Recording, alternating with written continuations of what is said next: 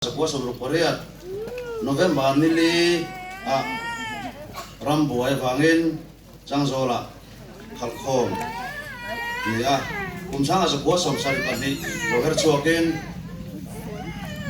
sa leral kara borang ko pasal tha mi som ni pariaten tuna kan bang kwa jauthi film len na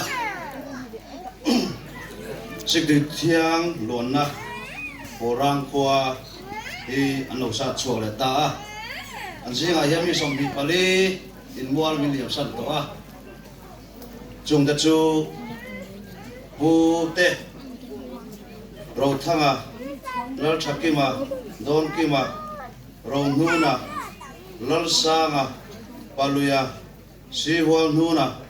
ton luya thang huta chongsi ka si hwal kunga tisi thang chua ma pi si tang dola rolu ta pachuaw si daw kima si nudala lal chona paliana pite thang liri lal sapi thang kungi ai kimi lal sai lovi ai thuami emi te hian mual miliam sam to a turuna hian orang kwa min pa minna tampui tu ni pali kana ne ya chung ta chu pu pc al thansawa pu ke rang chuama pu si al chan hima pu si walal muana te ania ani hi ani ne na hian choi moida pangpar han organizing committee chuan rela loading chuak sela helai ma hian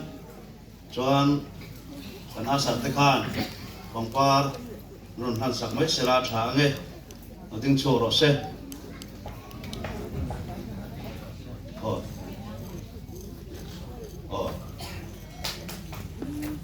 ole kana sarte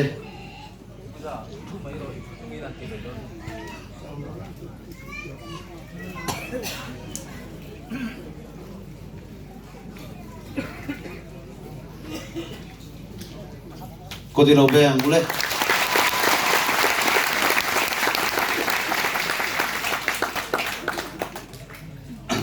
anh này hi kan zain kan suang tak jet ta rei tak kisel takin mina tampui se ti hi kan du sakna ani